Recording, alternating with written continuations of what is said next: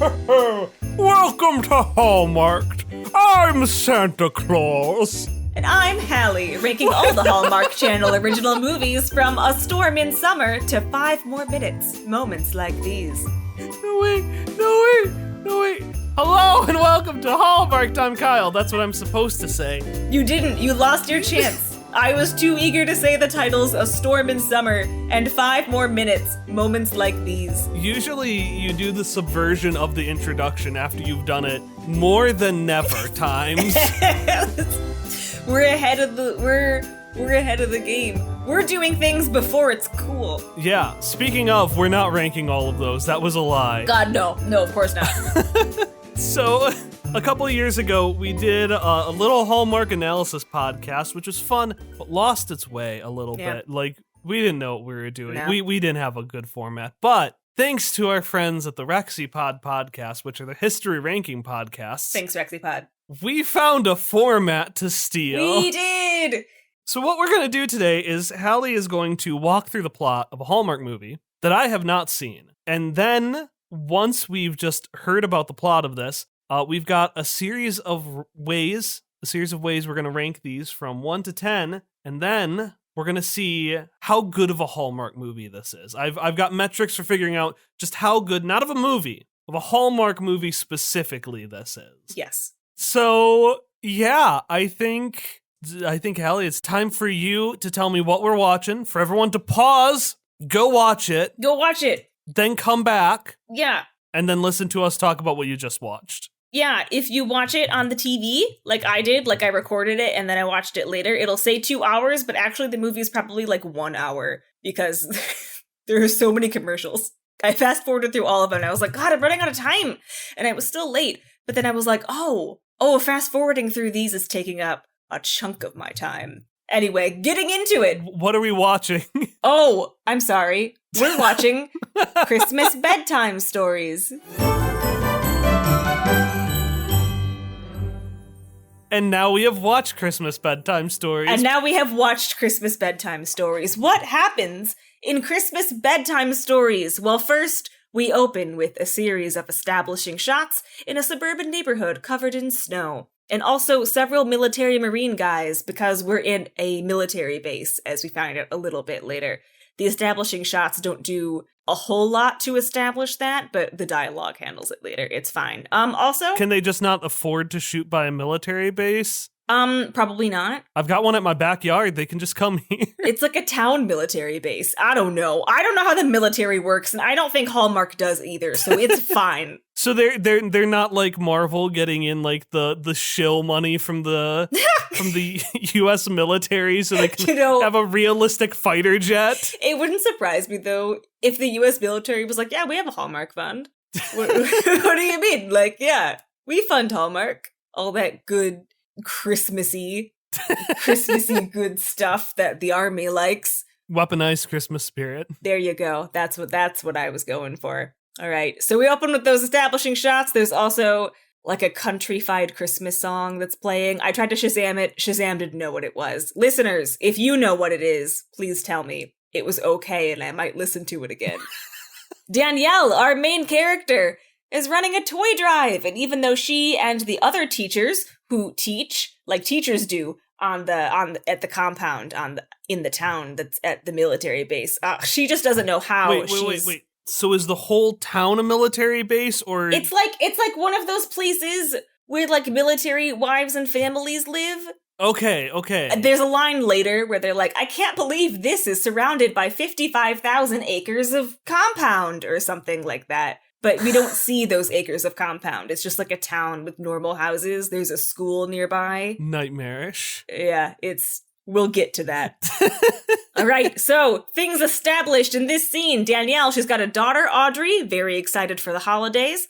And also it's important to note that her best friend, a math teacher named Sophia, is the comic relief, as stated by the line, teaching 17-year-olds calculus deserves combat pay. Delivered almost exactly like that. You hate her right away. Also established is Danielle's relationship with a man named Pierce. Pierce works for a toy company that donates a whole bunch of stuff to the toy drive every year. In this year, he shows up loudly announcing, Santa in the house! For some reason, he's not in the house. He's getting out of a truck. All right. So Pierce and Danielle are dating. They make cute little domestic plans for later. He's gonna untangle her Christmas lights, and they're gonna hang out with Audrey. And then Pierce asks verbatim, "Oh, and Danielle, I was hoping we could maybe talk about some things later." That is how he chooses to phrase it. Take with that what you will. So we cut to home, and Audrey arrives home from school looking sad. She's sad because a girl at school told her she was weird because she was bringing her mom to the Christmas father-daughter dance. Danielle assures her this isn't weird because a lot of the dads are deployed anyway, but Audrey reiterates, "But I'm bringing my mom." Then Danielle dances in the kitchen because she's got sick moves so that we know that she's really funny. And then Audrey is like, "Would Daddy have liked to come to this?" There's just so much she doesn't remember about him. And so that segues into Danielle's sister, Jane, coming in. And when they're decorating, Audrey still seems so down, so Danielle is like, "Hey, what's up?" Jane is like, "Hey, what's up?" to Danielle, and Danielle explains the situation, that Audrey is starting to ask more questions about her dad, and then she's like, "I can't find this little Christmas bell ornament that Colby gave me. It's been missing for 3 years, ever since Colby died." So, did the movie wait as long as you did right now to tell me that this man is dead? Yes. Is Pierce a military guy? No. But he lives in the military town. No, he just comes there. Oh. I don't know where things are located adjacently. You don't know where he comes from? Yeah, I don't know where he comes from, but he seems to come from a regular place because he works for a toy company and then he comes and donates, but he's also at Danielle's house all the time. And Danielle goes out with him to places. So I don't know. I'm trying to think. I like to imagine he has an ice cream truck filled with toys, like a traveling caravan, but a Seussian one that he just pedals with his feet from town to town. Anyways, I love the classic Hallmark. We're just not going to mention tragedy and then drop it as casually as humanly possible. As casually. It took me a while when you said Daddy can't come. I'm just sitting there oh, Pierce can't wait. No. Wait. Yeah, you gotta do the math. The movie makes you do the math. I don't want to think. Well, you don't have to in most Hallmarks. So this is really a rare deviation where they're we're asking you to evaluate these relationships. All right, so a man is dead. A man is dead. Relevant. We transition to Danielle putting Audrey to bed, but Audrey doesn't want the Christmas book that Mommy's gonna read. Instead, she wants to know how Mommy and Daddy met. And so we have our first flashback to 11 years ago at the Christmas tree lighting, where Lieutenant Colby Ames with the Marine Corps toy drive is about to flip the switch. This year, they have a noble fir tree, which is considered the king of Christmas trees because its stiff branches can hold up so many lights. But oh no! The lights on the tree don't light up! So for some reason, Danielle is I'm gonna go help this man. So she goes up to the stage and she's like, "Hey, I can stall if you want to go fix the circuit breaker or whatever. It's one of my superpowers." She is very fun. She danced in a previous scene. She did dance in a previous scene. And in this scene, she performs stand-up on the stage. She asks, "What do Santa's little helpers learn at school?" Why am I trying to figure this out? The alphabet. Nobody laughs. There are crickets in the audience. Audrey is like, "But Mommy, that's really funny." And Danielle is like, "You know what? I thought so too, but nobody else did. Except for one person." We're back in the flashback. "What do you call a snowman with a six-pack?" Colby answers, "The abdominal snowman." I like the first one. Now it's going down. It's going downhill real fast. It really is. This is like me making puns. You get one win, and then it's just downhill from there. You cannot come back from that. So Colby's takes the mics back, thanks Danielle for her time, and then the tree gets lit up. It's fine. And Colby and Danielle introduce themselves to each other. And then Colby is like, "Oh, this is my friend Pierce, whose new toy company donated a lot of toys to our toy drive. We're buddies." Yeah, they met on the same night. Isn't that great? Pierce. Later. Pierce, buddy, no. later, Danielle is like, "I met your daddy and Pierce that night." And then she's like, "But the first time I saw Daddy, I had butterflies in my stomach." And her 7-year-old daughter says, "You ate butterflies?" I just feel like 7 is too old for that. They're really trying to, cute the child up. I'm still caught up on, sure, if you break up with someone or somebody dies, there's no reason that, you can't date someone who was their friend because you're probably mutual friends. But like, I'm just, this feels wrong. Yeah. This feels incredibly wrong. Like, don't worry, nobody points this out the whole movie. You don't, like, you can sit there alone in your misery. Like a deleted scene, Pierce goes back to his Seussical vehicle. He suddenly has a long mustache out of nowhere and he starts twirling it like, maybe he will have an accident overseas. It feels like Hamlet, doesn't it? It feels like Hallmark has unintentionally referenced Hamlet in a way they don't really want to be. Her dad comes to her in a dream. You have to kill Pierce. Meanwhile, there's a rival toy company that wants to take over their toy company, but everyone's too worried about internal politics to stop Walmart. Oh my god. I would watch that Hallmark movie. Hallmark executives, if you're listening, make a Hamlet Hallmark.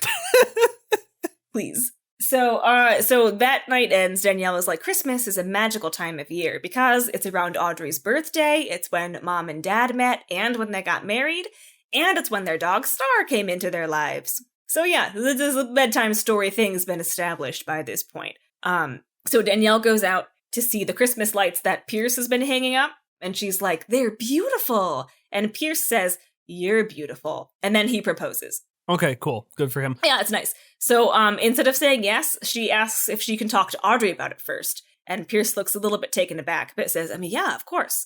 And so Danielle talks to Audrey the next morning. Audrey's exact response, verbatim, is, I guess it's okay. He's super nice. Super nice Pierce shows up next scene with a stuffed bear, to which Audrey replies, I already have a bear. It used to play my daddy singing Silent Night, but it broke. Oh my god! I love her. She is so mean, so accidentally. Excited for that bear to sing to her right before Pierce takes her to a dance. Unless Pierce is really messed up and he does his own voice instead, which that's what I'm rooting for. That's the ending I want, but it's because it's the bad one. Okay, I'll keep that in mind. Oh no. So Danielle finally puts on the ring now that Audrey has given her permission. And the Merry New Family of 3 goes Christmas tree shopping. And what luck! The salesman just got a new shipment of what they call the King of Christmas trees. Danielle and Audrey share a look. But Mommy, isn't that what Daddy called these trees? And she says, yeah, honey. And then in the very next scene, Danielle sees a man who looks a lot like Colby from the back, which would have made a lot more of an impression if we, the audience, had ever seen Colby from the back. But we have seen him in one scene leading up to this, and it was the flashback where he was presenting on stage. So we get it. You know, oh, she thinks this man is Colby. It's just like, oh, that really looks like Colby, but whatever, Hallmark. It's fine. So Audrey declares it's the perfect Christmas tree when they're putting it up. Oh, I'm sorry. She declares that it is not the perfect Christmas tree because it's missing Daddy's ornament, that one that's been missing for 3 years that they can't find. Oh, yeah. Yeah, uh-huh. But before she goes up for bed, Audrey asks Pierce if he would take her to the Christmas dance.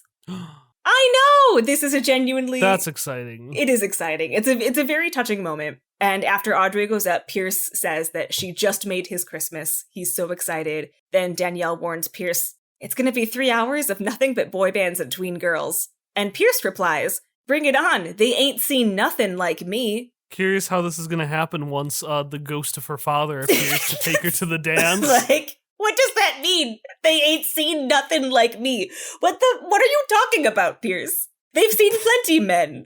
Is that like... They've seen plenty men. Like, you are nothing special.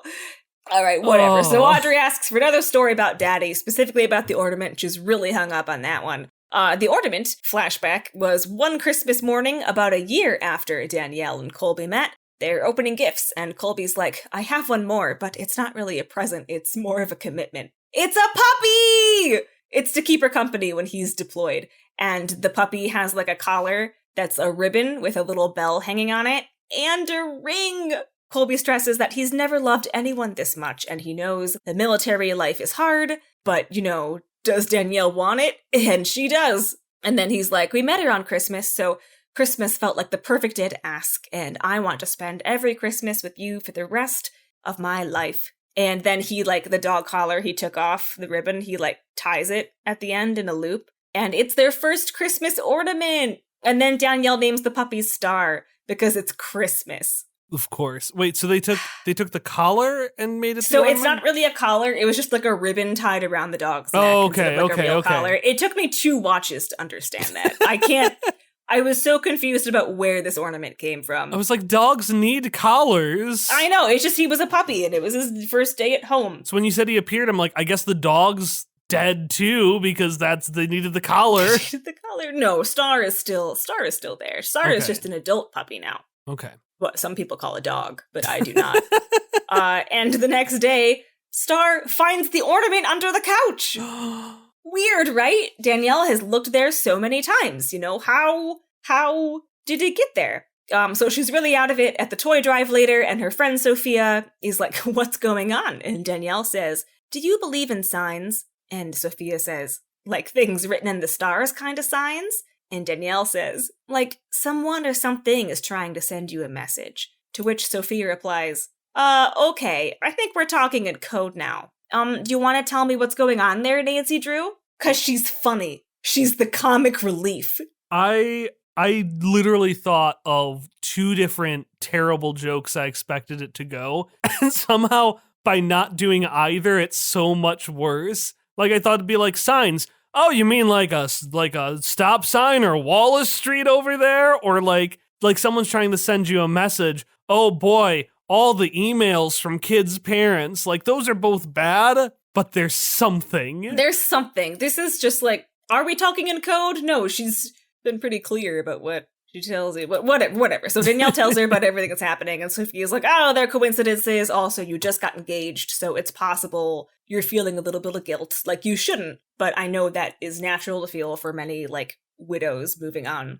So whatever. We're back at home. Pierce, Danielle, Jane, Danielle's sister, and Audrey are in the kitchen. Audrey has finished making like a little snowman ornament, and then she's like, since we have a noble fur, we can hang as many ornaments on it as we like, just like Daddy said. For some reason, an awkward silence falls, and Pierce looks uncomfortable, and so he asks Audrey if she knows what she's going to wear to the dance. And Audrey's like, Mommy bought me a new dress. And Pierce says, well, I'm gonna wear a red and green tie with little dancing Santas on it. And Audrey, bless her, responds, cool, come on, Auntie Jane, let's go hang these up.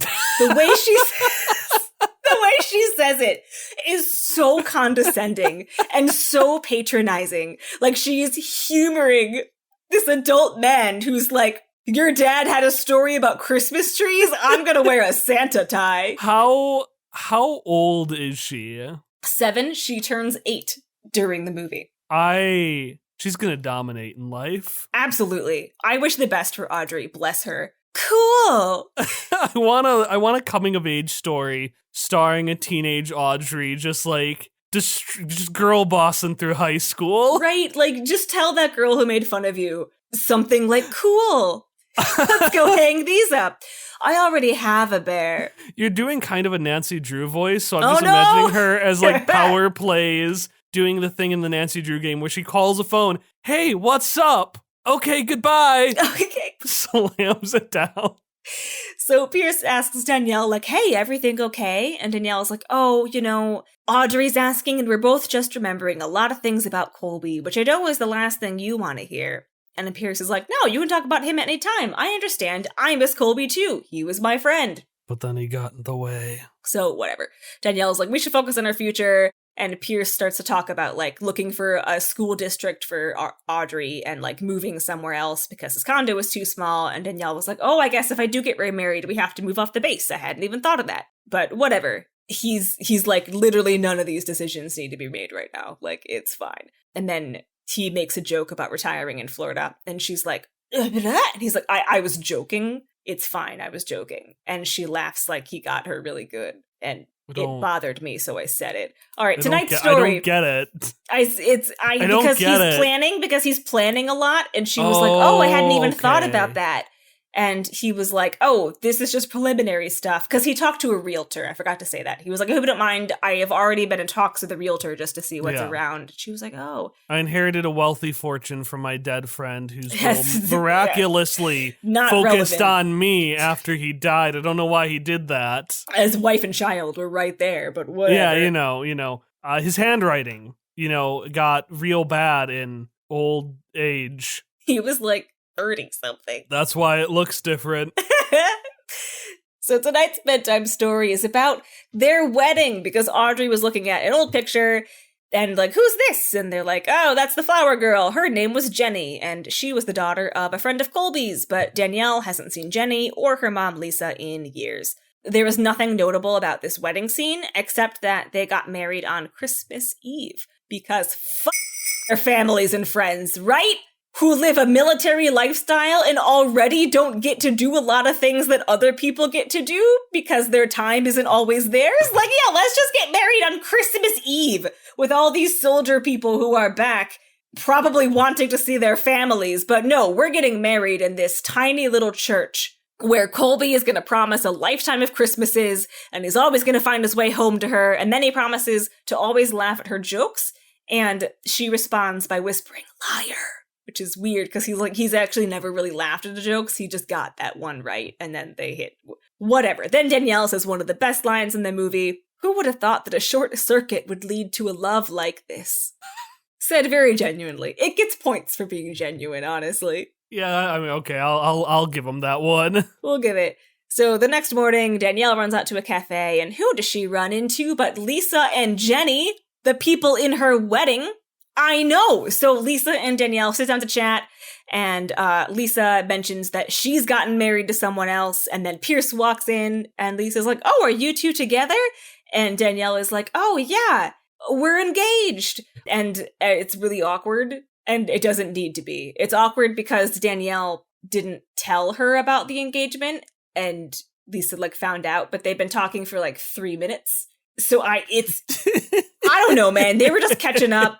Like Lisa's husband used to be in the same unit as Colby or whatever. So whatever. So Lisa invites them to like a s'mores and Christmas movie thing happening at her house. Okay, sure, yeah. And Pierce is like, oh, we could go after work if you want. And then Danielle is like, yeah, sure, okay. And then Danielle complains about that later because they're waiting in line to see Santa with Audrey. And Danielle is telling Sophia this whole story, and it's like, I think Pierce felt awkward because I hadn't told them we were engaged, you know, and whatever. But she did when the second when you catch up with someone, is the first thing you're going to say, "I'm engaged"? I mean, if you were excited about it, yeah, probably. Actually, it's probably well, like, but like, still. She asked about, like, Audrey first and all that. So that makes sense. Talk about your child. Talk about the child. It's fine. It's fine. It's whatever. But then she's like, oh, and then Pierce said yes to this movie thing before I had a chance to respond. It's like, but he turned to you and asked you. He put the ball in your court. You haven't seen this woman in years. Whatever.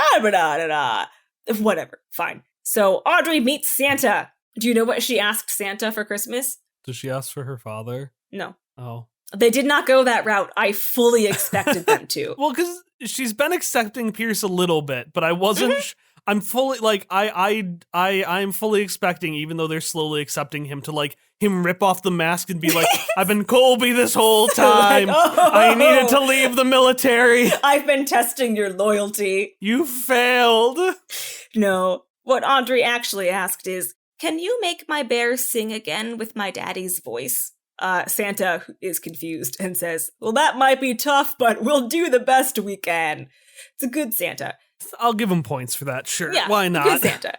So then we go to the party at night, and like nothing happens there except that like a weird remix of Joy to the World plays. And then Danielle, in an effort to like shirk all this like uncertainty about the past, is like, you know what, Pierce, let's get a house, let's set a date, let's blah, blah, blah, blah. And so they do that. And then immediately after, Danielle talks to Lisa like, hey, you were married to a soldier who died and then married a different guy. Like, how was that for you? Were you experiencing all these things? And Lisa says, yeah, I was experiencing everything to a T. Like, everything you're feeling is normal, including the feeling of being held back by something. The challenge to finding love again is realizing that no two relationships are the same. It's okay to feel different with Pierce than you did with Colby because they're different people. It's a good scene, you know? It's like, oh yeah. Yeah, that's very nice. These things make sense. I'm very curious, do they actually reference, like, the weird ghost stuff? Because I could see I could see her asking that and her being like, yeah, that's exactly how it happened from the point of view of, like, you know, you're thinking more about your previous partner, so things are popping up more. but I could also just see her being like, yes, the ghost stuff happened. Anyways, it's really hard to move on. I understand. An answer to your question. The night before Audrey's birthday, the bedtime story is Danielle telling her the story of her birth. Danielle is at home during a snowstorm, but is worried because Colby's plane is due to land any minute. And oh no, her water just broke!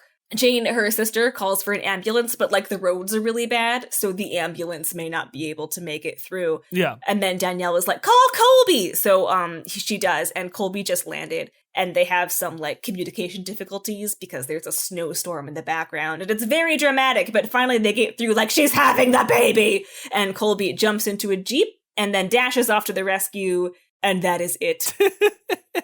I was going to joke when you said he got into a Jeep. I was like, yeah, he's going to be fine. He and Pierce, with the toy business they share, have the Seussical vehicles that can go... He can get through. They get to the hospital. Baby is born, and they hang out with the baby the way you do after you just have one of those. And they're like, oh, she's so cute. Audrey, we love her. And it's cute. Whatever. The next morning, Audrey's birthday, her 8th birthday, a snowstorm has come out of nowhere. What? So Sophia comes over and she's like, isn't this weird? Isn't this weird? And Sophia's like, it's December. So, snow happens sometimes. Are you okay? Because you haven't really been, you haven't been yourself. And Danielle is like, doesn't it bother you that Colby's is the only body they never recovered from that accident? What? This is the first Hallmark. time we're hearing about this. What? This is the first time we hear. How far into the movie are we? We are halfway or a little over halfway through. Okay, maybe I understand a little bit more why they waited till now to drop that.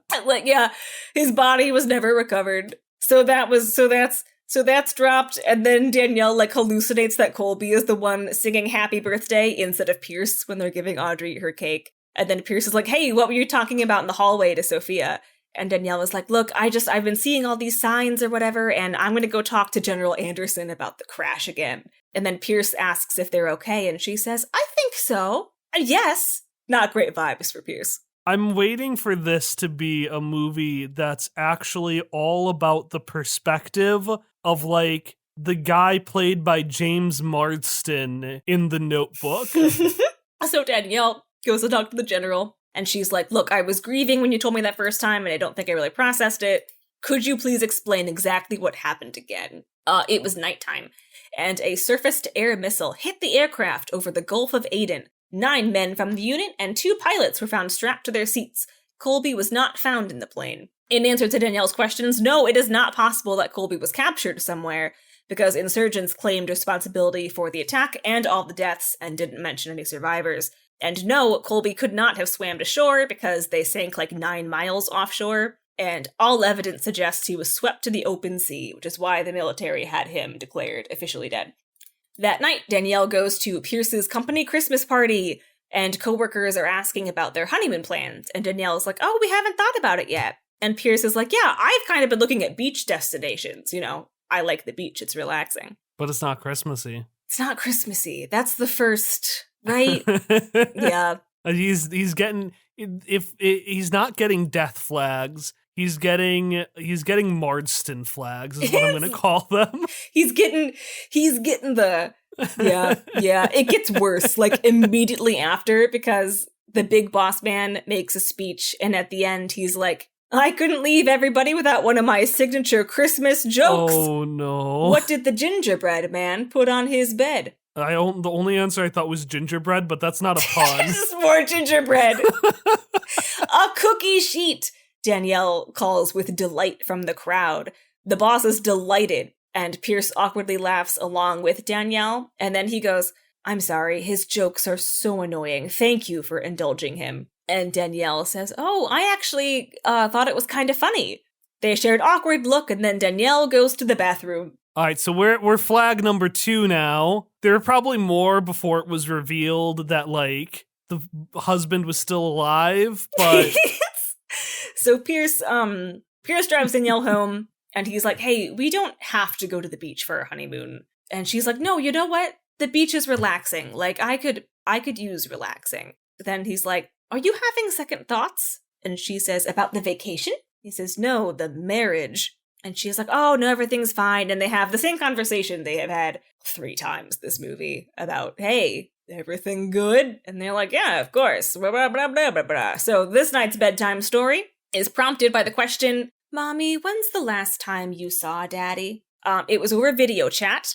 Colby was already deployed, and he was like, we're going into a new zone, or whatever. And she's like, be careful. And he says, hey, I love you and Audrey more than anything. I left something for you. But his video goes out before he can tell her what it is or where he left it. And Audrey is like, what was it? And she's like, I don't know. I haven't found it. So then she talks with her sister. And she's like, would Colby have approved of me and Pierce? Because he always said that if he didn't make it home, he wanted me to know I could move on. And her sister's like, yeah, you're fine. He would have approved of you and Pierce because Pierce, like, treats you well, all that stuff. Yeah. And he's like, okay. So she goes on a long walk. She talks to Colby, like she's like, oh, Colby, I don't know what to do, to the sky. But she's like in front of a Christmas tree when she's talking about how much she misses him and how scared she is and how, like, giving into the marriage with Pierce feels like saying goodbye to him all over again. Wait, the Christmas tree lights go out? Does she say giving in? No. Okay. She doesn't use that phrasing. I used that phrasing. Okay, I was going to say, like, that's...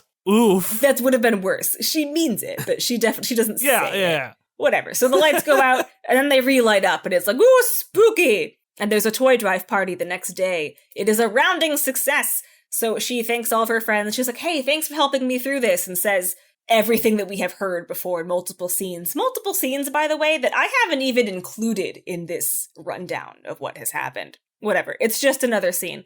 But then her speech at the party has to do with, like, treasuring the past, and Pierce looks worried. And then later she's putting stuff away, and she finds a note Colby left her in one of her journals. It just says, I love you, follow your heart. I mean, there's more to it. It's like a paragraph of that, but it's just like, I love you, follow your heart. So the next morning, she and Pierce meet for coffee, and they awkwardly stumble over each other, like interrupting each other and being like, no, you go first, until... They're not in sync. They're not in sync. They're not in sync. Pierce finally goes first. He's been thinking about how they're in 2 different places in their lives because he's looking at houses and retirement, and she isn't even ready to leave the base. And Danielle has been wondering the same thing. Pierce wants to be with somebody who wants to shout from the rooftops that they're in love, and Danielle says he deserves that. And then they're like, we really make better friends. So, whatever. And then... I'm going to give them credit that they didn't wait till the end of the movie to do this. I mean, this is like 5 minutes away from the end of the movie. Okay. Yeah. We're getting close. Okay. Danielle's going to take Audrey to the dance because she's like, I think Audrey and I need to do this together, blah, blah, blah. But as they get ready for the dance, the news is on. The news states that the U.S. Marine Corps Special Ops infiltrated an enemy compound in Yemen. Several prisoners have been rescued in the mission. She calls General Anderson again, and she's like, hey, could someone there have, like, known Colby and, like, be able to say, like, yeah, I saw him swept out to sea or whatever? And the general's like, no U.S. military members are being held captive at the compound. I'm sorry, I'd like to help you move on, but I can't. Sad. Who are they rescuing? I don't know. You think Hallmark explained that? You think the news on this Hallmark station who are provided any context for an enemy compound raid in Yemen? Like, since when does the U.S. military care about somebody other than someone they're killing or one of their own soldiers? Kyle, all's fair in love and Hallmark. I don't know what else to tell you. Okay. Hallmark wants us to know the military cares about more than that. So they saved her dad in Yemen. How many years has it been? 3. Okay, so that's pretty traumatizing. Mm-hmm, yeah. Yeah, it's gonna be a bad time. It's gonna be a bad time. They go to the dance just before the father-daughter dance, which is, for some reason, to Silent Night. Danielle goes to the bathroom to, like, psych herself up. Like, you can do this. Don't cry. You can do this. So she's coming out of the bathroom, and lo! Who is that man in military uniform standing in front of the door with his arms like this in the creepiest way possible? His back is to her. It can't be. Colby, she says. He turns around. I wish I could say it wasn't Colby. I wish I could be like, mega Hallmark twist, it's Pierce again. Ma'am, I'm here to tell you about the unfortunate passing of your husband. Ma'am. We got confirmation that he did, in fact, pass away. I decided this father-daughter dance was the best place to do it. It's Colby. He's alive. Here he is. They kiss tenderly.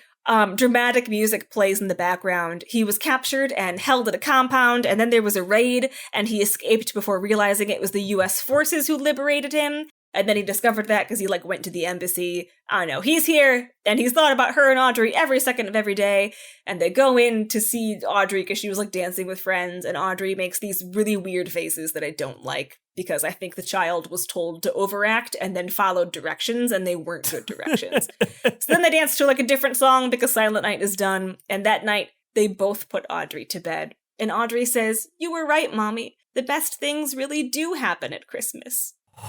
Christmas bedtime stories. This is not getting a lot of points from me. I hope you enjoyed the movie, everyone who went to watch it and then listened to my very long, but somehow still abbreviated version of this movie. I cannot stress how many scenes are just oh, I'm confused. You're right, it's probably fine, in different words that don't add anything new or advance the story until, doesn't it bother you they never found Colby's body?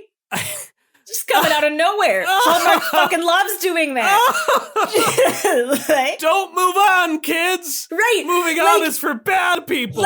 The thing about this movie is that the whole time it seems to be telegraphing move on, acceptance, it's okay. It's hard, but it's okay. The first time I was watching this, I thought all the signs, the Christmas tree and the ornament, were Colby's ghost being it's okay. Yeah, Mary Pierce. I thought that was what the message was. I thought the ghost would appear at the end and, the ghost is giving them the perfect Christmas or something. Yeah, I thought for sure something like that was going to happen. But no, he's just alive. He's back. I'll give him credit. It was a move to take the beginning part of a Hallmark movie where she's living with a bad boyfriend and extending that for 55 minutes of the runtime. So much until they were his body was never found. Then I was God the thing, I almost left that part out of my summary for you. I was wouldn't it be funny if I somehow told him everything except the body? If I didn't go into too much detail as I do for other scenes and we're just oh, she has hesitations again. And it was oh, there's Colby. But it's so much more infuriating knowing that they telegraphed it. Yeah. This way. The second I heard that, I'm oh no. Yeah. Oh no. So all your guesses were so funny. All right, let's rank it. Let's rank it. Before we rank it, though, I had a little segment I wanted to do where I go on to IMDb and I look up some trivia.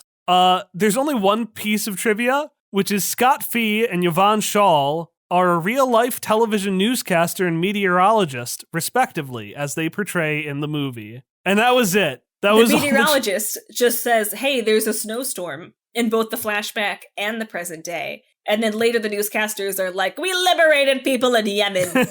That is the only thing those people do. Anyways, that's the only trivia they got. So I then looked to reviews. Okay. Most of them I couldn't read. Most of them were marked as spoiler. So I'm just going to read some of my favorite titles. Some of the first ones you see. What the what? Bad Tidings. 1 star. Just hit me wrong. 5 stars. Not what I expected. 1 star. This should be called Friend Zoned for Christmas. 1 star. And then there were a lot of titles with ending comments, though my favorite is just, yikes, that ending. Yikes. 2 stars. Yep. So I'll give the Hallmark community credit. They did not enjoy this ending. No, they did not, which is really funny to me, because when I was looking up, I was making sure this was the right movie, because I didn't catch the title the first time I saw it, but knew this was the one I wanted to talk about. But I was trying to find it by typing in, bedtime stories, little girl, military, Hallmark.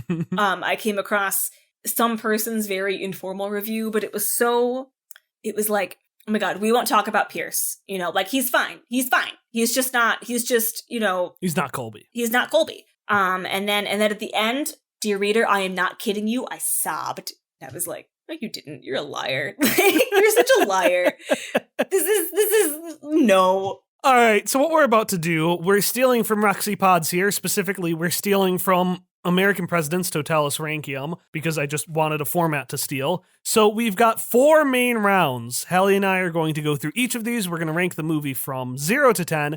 We've then got 3 bonus rounds where, based on whether or not the movie fits certain criteria, it can get additional points. From there, we'll get the movie's true, definitive, empirical score. And then we're going to rate whether it's naughty or nice. Mm-hmm. Naughty meaning that it's just really not noticeable, like there's not much, you don't worry about it. While nice meaning that this is, regardless of if it's good or bad, deserves to be in the Hallmark canon. You gotta watch it as part of your viewing. So, let's get to our first round. Merry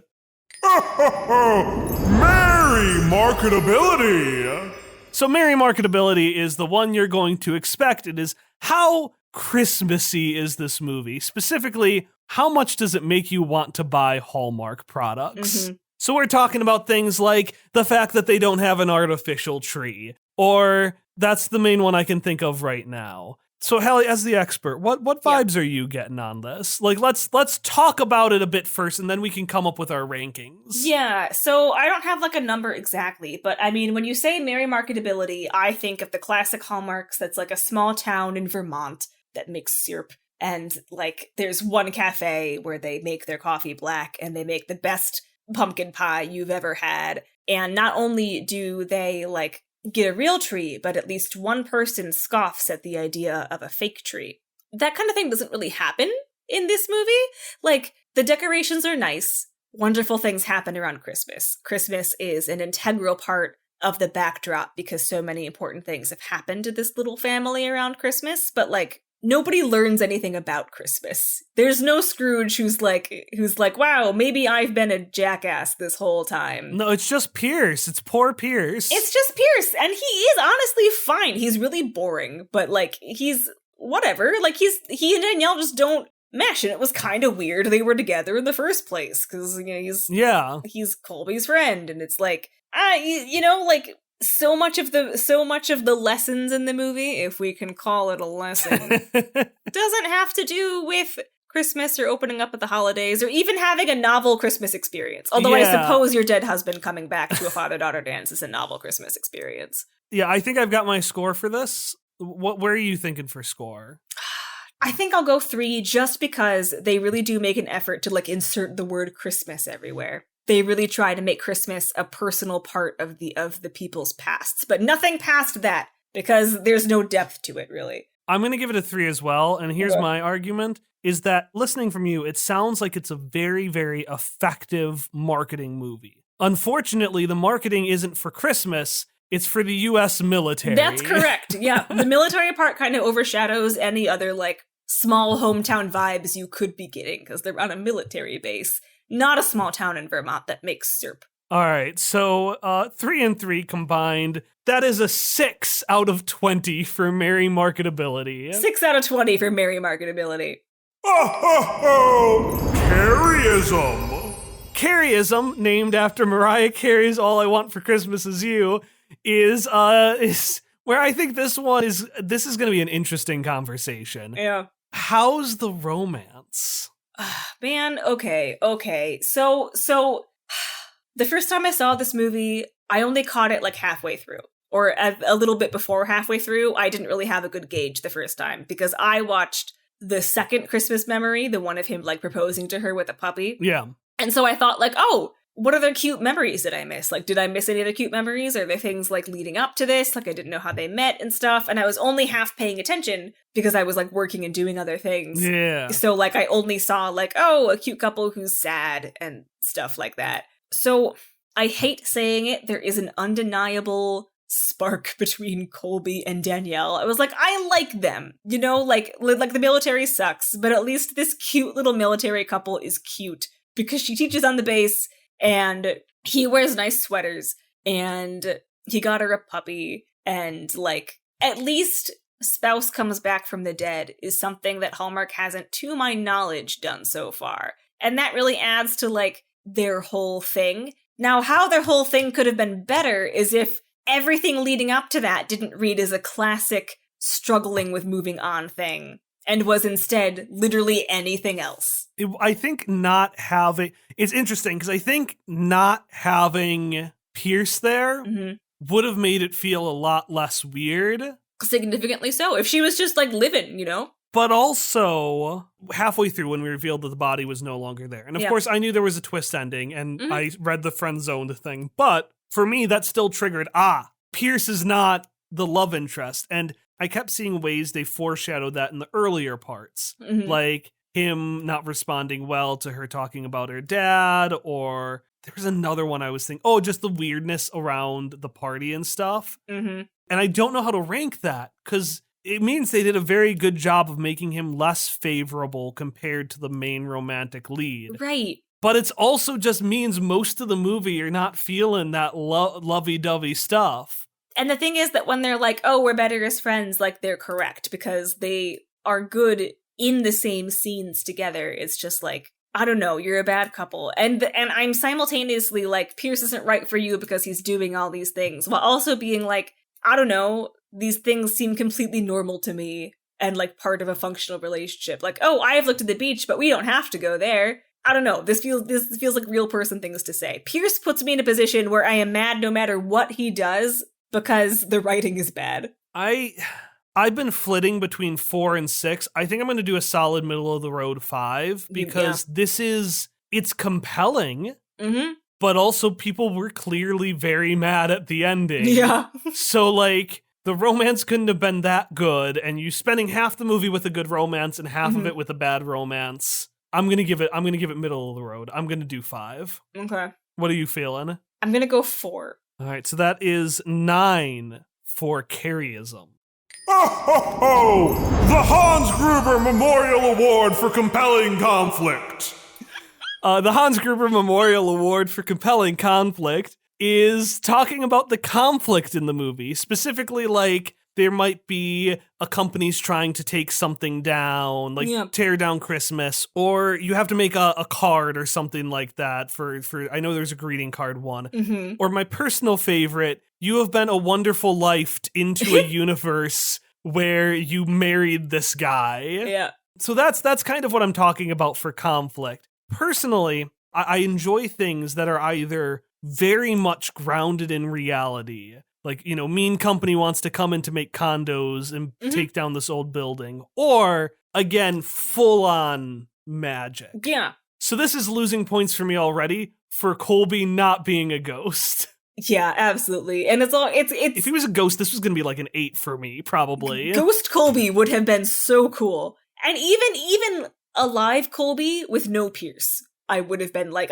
this was great. But like, Pierce just kind of ruins things, huh? Yeah, so I guess we got to first isolate what the conflict here is. And I would say, it's just she's not sure about this marriage, crossed with magical reminder. I feel like the magical reminders is one of the big things. I don't know. So yes, but here is the thing. The conflict would have been dealing with a past trauma and then moving on with the help of your loved ones. Yeah. Would have been up there. I'd have been like, wow, Hallmark, good for you. 7 or 8. Very reasonable, yeah. It can't go that high anymore because, like, it undoes all of that at the end. And it's not like the Christmas magic needs a face, but it's always better when the Christmas magic has a face. Yeah, there's no face. The fact that it doesn't is just weird to me. It's just like the universe. So then, like, the conflict actually becomes Danielle, like, listening to the universe. Like, will Danielle listen to the signs? Will she follow her heart?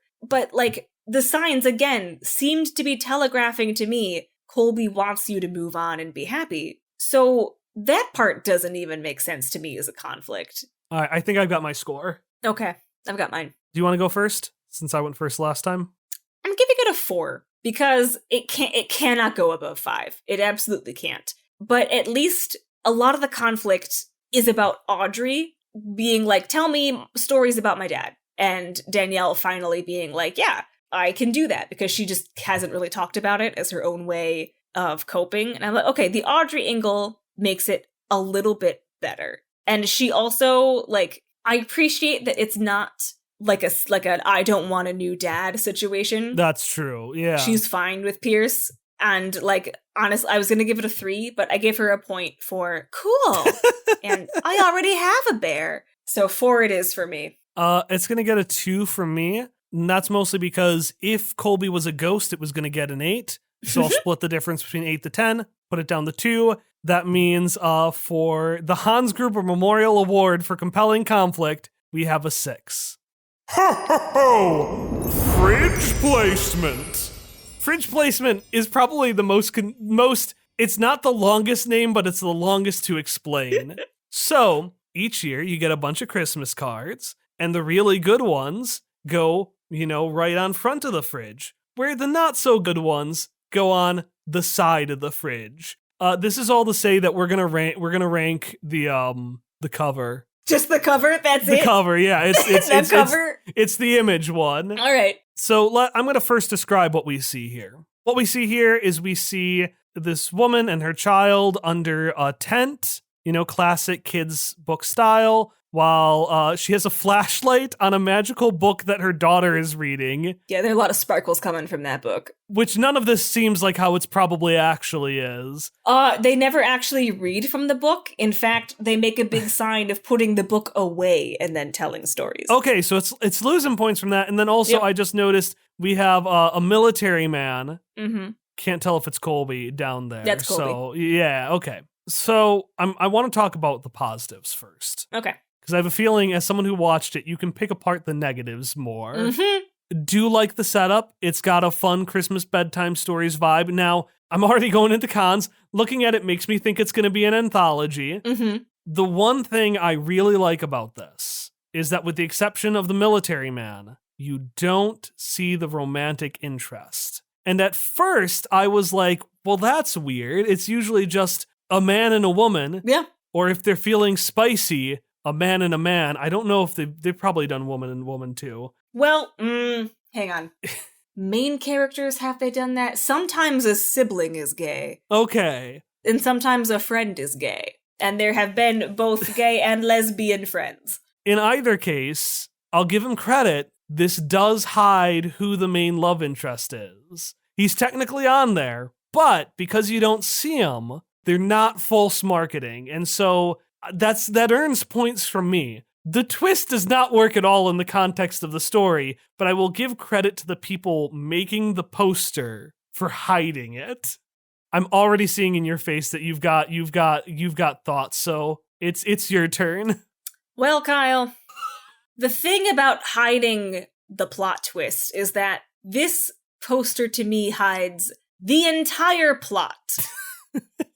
Because this setup, very pretty. Love it. Love the colors. Love the little tent thing they have while they're reading under. It's like when you make a tent fort, like a fort tent, a blanket fort. There you go, a blanket fort. Yeah, and it sounds delightful. And you hang out underneath it and you read with a flashlight, which evokes in me adventure stories or fairy tales, something of that classic ilk, rather than like, here's how your mom and your dad and I met. That's not what this is. And the book open looks like we are telling you actual fiction stories written by a different person. In addition, the magic sparkles make it look like these stories are going to have an effect, which I guess they do because she sees all the signs with like the ornaments and stuff. But like this doesn't evoke to me a mother sharing her past with her daughter and like remembering someone they loved. This shares to me a mother and a daughter having fun with some stories. And maybe, like, the picture of the military man gives me the feeling that, like, oh, this man is either passed away or he is overseas, and so they're telling stories about him to keep him alive. But then the vibe I get is telling, like, purposefully exaggerated stories to keep him alive. Like, did you know the time your father fought a lion? Yeah. Like, that's what I would get from this poster, and that is not at all what the movie is. I don't know what this basket is. They could have... I don't know what it is. There's nothing in the movie that's important there, but the bell ornament is on there. And that notebook that's open, that's where Colby's note was hidden in. Okay, that's something. So that's like nice. That's like a specific, but these are all specific things I can now recognize having seen the movie that on a poster don't tell me anything about the vibes or what the movie is about. So these seem like silly things to choose to put on the poster. I don't like it. Here's my counterpoint, because I've been looking through some other Hallmark posters. It is not just a man and a woman. There's my argument. Not just a man and a woman gets it like 2 points from me. Okay. What's it getting from you? It gets a 4 because I really like the colors, and 2 from not a man and a woman, and then 1 because like it says the title. It's like how you get 200 points for writing your name correctly on the SAT. It says the title and the actresses are on it, and it looks pretty. You know, it's got to look pretty. It gets an 8 from me. That's wrong, but okay. I like it. I like it. I think I enjoy wrong. it. It's wrong. It looks like a better movie than it is. So that's 12 total, but this one we're going to cut in half. So that is going to be 6? Yeah. Yes. Bonus!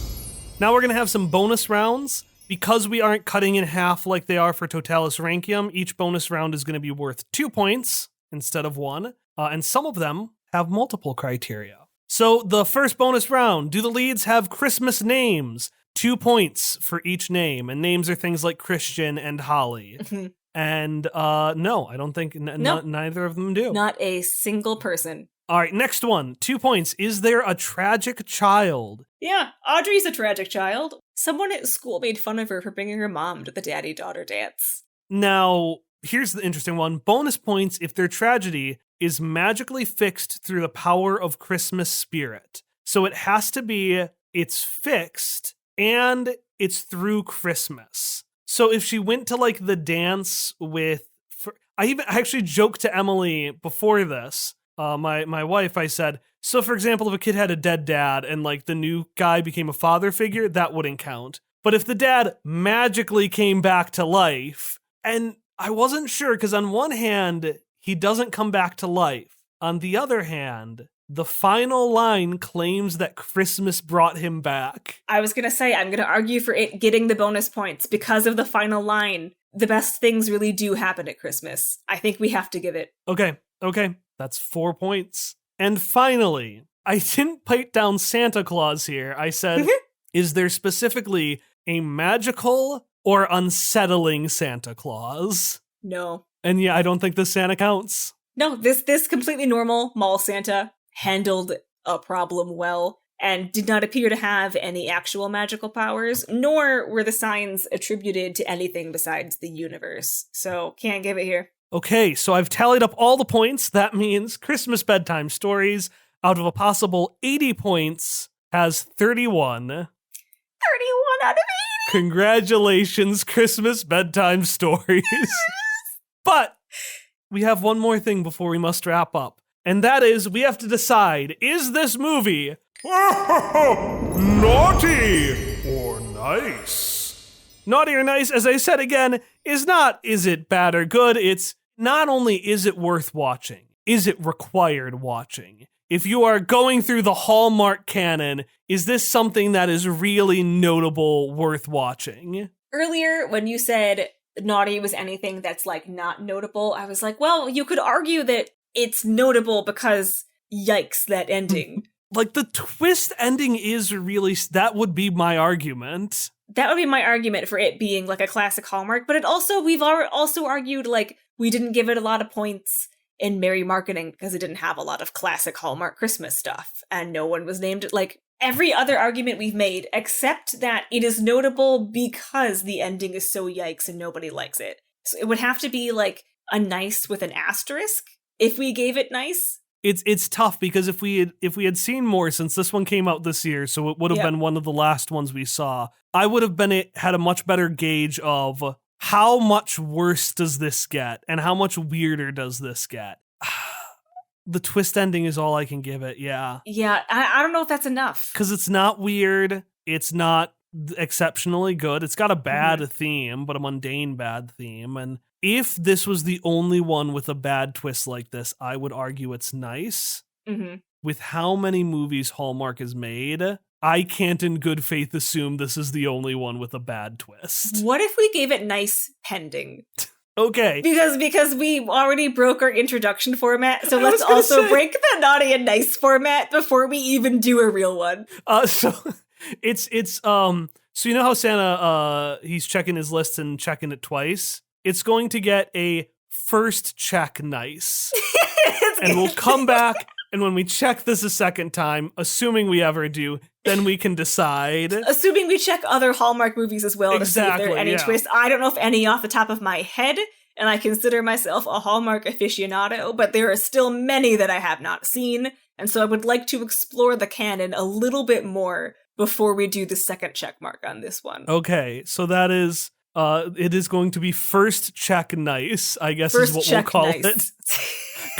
Congratulations, Christmas bedtime stories. Oh god, that just means this movie is Pierce. Oh no! It's we'll give it nice until such point that we find a better older movie. Oh no!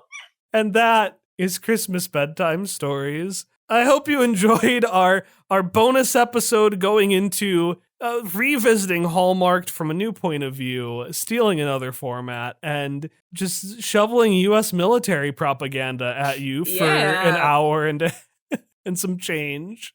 Our next episode, we're going to go back to role-playing games after this. We're actually going to have the finale of our first arc of Hereafter. So the first episode of that finale adventure, The State versus Irene Hawthorne, will be releasing in 2023 on Monday, January 9th. But before we go, Hallie, do you have anything to tell the folks on this, the day after Christmas? I hope your husband is alive and that you have a Merry Christmas together. May everybody find a missing living husband in their home this holiday season. It's all I wish for you for Christmas. Happy holidays, everyone.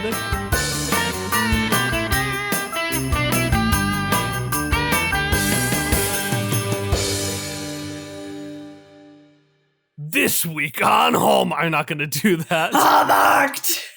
Christmas bedtime stories. Are you naughty or nice? Dun, dun, dun, dun. I will probably do that for those. Oh, welcome to Hallmark.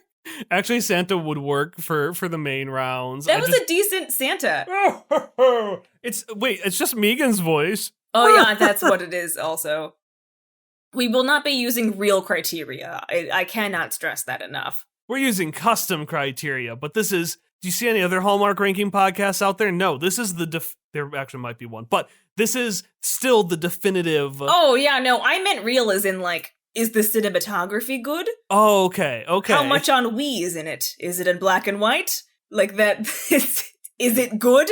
That's not being asked here. See, now I want to do now a Criterion Collection podcast where we do just a bunch of pretentious things like, is it in black and white?